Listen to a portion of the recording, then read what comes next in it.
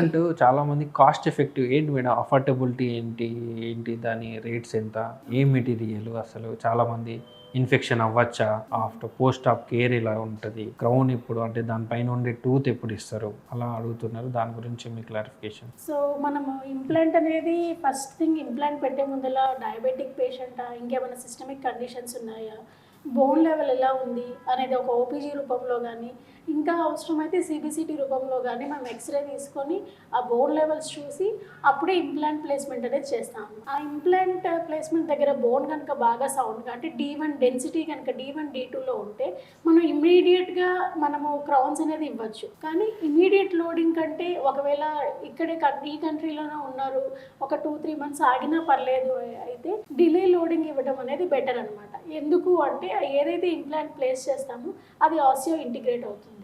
So ఇంకా cost పరంగా వస్తే ఒకవేళ ఏ ప్రాబ్లం అయినా ఒక పన్ను మిస్ అయ్యి అటు ఇటు సపోర్ట్ తీసుకొని క్యాప్స్ పెట్టాలి అంటే ఆ పక్కనున్న పళ్ళని గ్రైండింగ్ చేయాలి. గ్రైండింగ్ చేసి ఇప్పుడు 3 టూత్లో ఈ టూత్ మిస్ అయింది అంటే ఈ 2 టూత్ గ్రైండింగ్ చేసి ఈ మూడింటికి కలిపి క్యాప్స్ వేయాలి. సో ఒక్క పన్ను మిస్ అయితే 3 క్యాప్స్ వస్తాయి. సో మీరు కనుక మంచి క్వాలిటీ 3 క్యాప్స్కి వెళ్ళారు అంటే ఆ 3 క్యాప్స్కి ఉన్న ఎంతైతే కాస్ట్ అవుతుందో దగ్గరగా దానంత కాస్ట్లోనే మనకి ఇంప్లాంట్ వచ్చేస్తుంది. సో నేను చెప్పినట్టు ఈ ఎఫ్పిడి కంటే ఇంప్లాంట్ అనేది కాస్ట్ పరంగా కూడా ఎంత పెద్ద ఎక్కువ ఉండదండి. Madam thank you. మీరు చెప్పిన ఒపీనియన్ ప్రకారము ఆ పక్క టూత్ డ్రిల్ చేయడం కన్నా అదే కాస్ట్లో సేమ్ అదే ప్లేస్లో ఇంప్లాంట్ చేయడం బెటర్. అంటే పక్క టూత్ సేఫ్గా ఉంటాయి, సేఫ్గా ఉంటుంది, న్యాచురల్గా మనం కదిలించాల్సిన పని లేదు.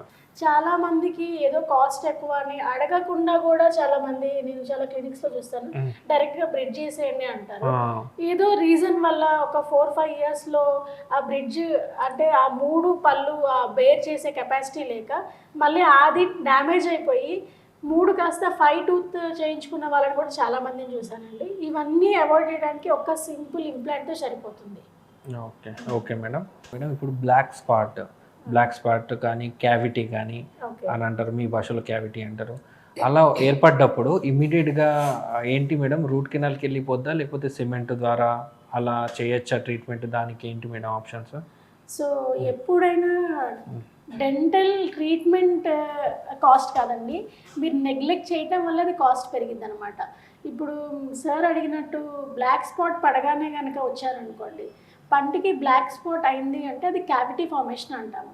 అంటే మీ జనరల్గా తెలవాలంటే ఒక బ్యాక్టీరియల్ ఇన్ఫెక్షన్ వల్ల ఒక బ్లాక్ స్పాట్ ఏర్పడినప్పుడు మీరు కనుక వెంటనే అంటే నొప్పి అక్కడ అన్నం ఇరకక ముందలే మా దగ్గరికి వస్తే, పంటికి జనరల్గా 3 layers ఉంటాయని చెప్పాను కదండి. సో అప్పుడు ఆ బ్లాక్ స్పాట్ అనేది ఫస్ట్ లేయర్లో ఉంటుంది, లేదంటే సెకండ్ లేయర్కి టచ్ అయ్యే ఛాన్స్ ఉంటుంది.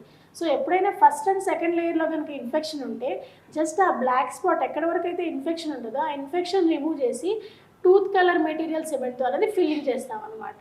సో అండ్ ఇంకొకటి ఏంటంటే నేను చెప్పదలుచుకుంది, ఇప్పుడు మీకు బ్లాక్ స్పాట్ కనుక ఒక డాట్ లాగా కనిపించినా సో లోపలికి చాలా బేస్ ఉంటుందండి. మనం ఒక ట్రయాంగిల్ ఇమాజిన్ చేసుకుంటే టిప్ ఆఫ్ ద ట్రయాంగిలే మనకి బ్లాక్ స్పాట్ బయటకు కనిపించేది, బేస్ ఆఫ్ ద ట్రయాంగిల్ అంతా లోపల ఉంటుంది. ఎందుకు అంటే ఎనామిల్ హార్డెస్ట్ సబ్స్టెన్స్ అక్కడ ఎక్కువ డ్యామేజ్ చేయలేదు కాబట్టి ఎనామిల్ నుంచి డెంటిన్లోకి వెళ్ళి ఎక్కువ డ్యామేజ్ చేయడం అనేది జరిగింది.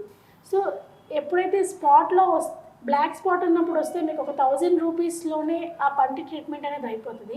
అదే కనుక డిలే చేసి పల్పల్ లేయర్ వరకు రీచ్ అయ్యి రూట్ కెనాల్ క్యాప్ దాకా వస్తే అది 8000 దాని పైగా అయ్యే ఛాన్సెస్ ఉంటాయన్నమాట. సో ఎర్లీగా వస్తే మన న్యాచురల్ టూత్ని కాపాడుకోవచ్చు, మన డబ్బులు కూడా సేవ్ అవుతాయి అండ్ నెంబర్ ఆఫ్ సిట్టింగ్స్ కూడా చాలా తగ్గుతాయి అన్నమాట. So as early you come less you pay and the more strength of the tooth అన్నమాట. చాలా మంచి క్లారిటీ ఇచ్చారు మేడం. ఎందుకంటే చాలా మంది పేషెంట్స్కి ఇది తెలియక చాలా మంది ఏంటంటే నెగ్లెక్ట్ చేస్తుంటారు. ఇది ఒక అవేర్నెస్ టైప్గా వాళ్ళు తీసుకుంటారు. ఏంటంటే బ్లాక్ స్పాట్ రాగానే మీరు అన్నారు కాస్ట్ ఎఫెక్టివ్ వెరీ లెస్ అండి, 1000 నిమిషాల్లో ట్రీట్మెంట్ కూడా అయిపోతుంది. అదే కనుక రూట్ కెనాల్ అనుకోండి, ఇక్కడ మన దగ్గర సింగిల్ సీటింగ్ రూట్ కెనాల్ సదుపాయం ఉంది, అయినా ఒక్కసారి రూట్ కెనాల్ చేయించుకొని దానికి పన్నుకి క్యాప్ వేయాలి కాబట్టి డ్యామేజ్ లోపల దాకా వెళ్ళింది కాబట్టి అట్లీస్ట్ ఇంకొకసారి అయినా రావాల్సి వస్తుంది. వర్స్ట్ కేసులో 2 times రావాలి. హాఫ్ అన్ అవర్స్ అంటే అట్లీస్ట్ Okay. 1 అవర్ అయినా స్పెండ్ నెంబర్ ఆఫ్ చేయాలి. విజిట్స్ పెరుగుతుంది, నెంబర్ ఆఫ్ అమౌంట్ పెరుగుతుంది, Time. అండ్ టైం కూడా చాలా పెరుగుతుంది. వీటన్నిటికంటే డాక్టర్ ముందు మన న్యాచురల్ టూత్ స్ట్రక్చర్ ఎప్పుడైతే మనం రూట్ కెనాల్ చేస్తామో మనకి మీకు తెలిసినట్టు కింద పెరిడోంటల్ లిగమెంట్ అనేది ఉంటుంది, బ్లడ్ సర్క్యులేషన్ ఉంటుంది. సో ఆ బ్లడ్ సర్క్యులేషన్ అనేది వైటల్ గా ఉంటుంది. ఎప్పుడైతే మనం రూట్ కెనాల్ చేస్తామో అది నాన్ వైటల్ అయిపోతుంది కదా. ఓకే, అవును. సో న్యాచురల్ టూత్ స్ట్రక్చర్ ని మనం సేవ్ చేయగలం. సేవ్ చేయాలి. మరి సిమెంట్ ప్రకారం మీరు ఏంటి మేడం, ఇప్పుడు పేషెంట్కి ఎన్ని ఇయర్స్ గ్యారంటీ ఇవ్వగలరు మీరు? ఏంటి అదేమన్నా ఉంటుందా? లేకపోతే చాలామంది ఇలా డౌట్స్ చేసుకున్న బ్లాక్ స్పాట్ ఉంది, చేశారు, ఏ మెటీరియల్ వేస్తారు, ఏ సిమెంట్ అంటే అది వైట్గా కనబడుతుందా, బ్లాక్గా కనబడుతుందా, వేసిన తర్వాత ఎన్ని ఇయర్స్ ఉంటుంది? సో ఇప్పుడు మన ఆక్సిడెంటల్లో చాలా అడ్వాన్స్డ్ సిమెంట్ రూపంలో కూడా చాలా అడ్వాన్స్డ్ ఉన్నవి తెచ్చామండి. దాంట్లో కాంపోజిట్లో కూడా 3M కాంపోజిట్ అనేది యూజ్ చేస్తాం అనమాట. స్ట్రెంత్ పరంగా కావచ్చు, కలర్ పరంగా కావచ్చు, చాలా న్యాచురల్గా మ్యాచ్ అవుద్ది. మీరు కొన్ని డేస్ తర్వాత మీరే నమ్మరు అక్కడ ఫిల్లింగ్ అయిందా లేదా అనేది.